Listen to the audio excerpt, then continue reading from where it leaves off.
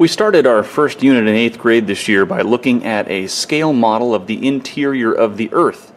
So that's what we built. We took measurements and made a large Earth core type rectangle, and then we measured off the average depth of all of the layers, and then we marked them off.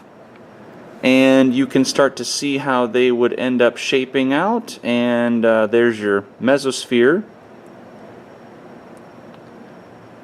followed by your outer core, and then the inner core being the innermost portion of the Earth. We did that so that we could get an understanding of, first of all, how very small the crust is when you think about all of the layers underneath the crust, and so that we could have something to visualize in our minds about when we go into later units and we think about how the crust moves and why the lithosphere is where it is and how the heat from the inner core makes things move. But we also did this because all of these layers are there for a reason. The asthenosphere can't be anywhere else.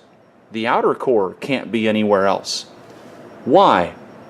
Well, we did an activity to help us visualize that, and we used some 2-liter bottles. So we have our 2-liter bottle, say this one, and we took off the label, and then we filled it to this bottom line right here with topsoil that I got just outside of my neighborhood. So kind of looks like this.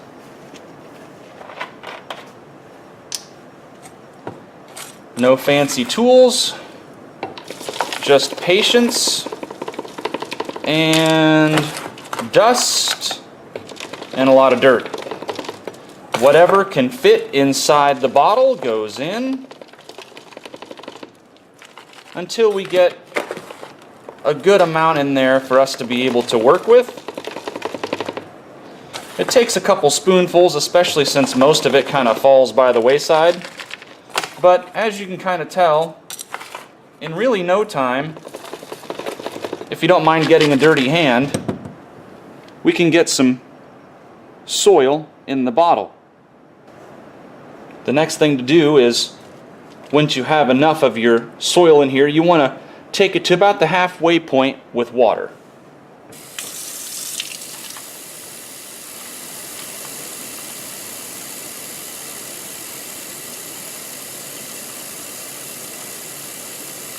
Don't you wish you could fast forward life? That'll do. Okay, put the cap back on, which is probably the absolute most important step. And then we shake.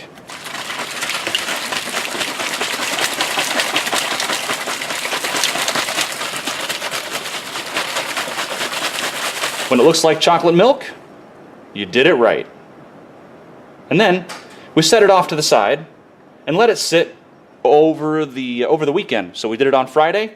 We came back to it on Monday. And this is what it looks like.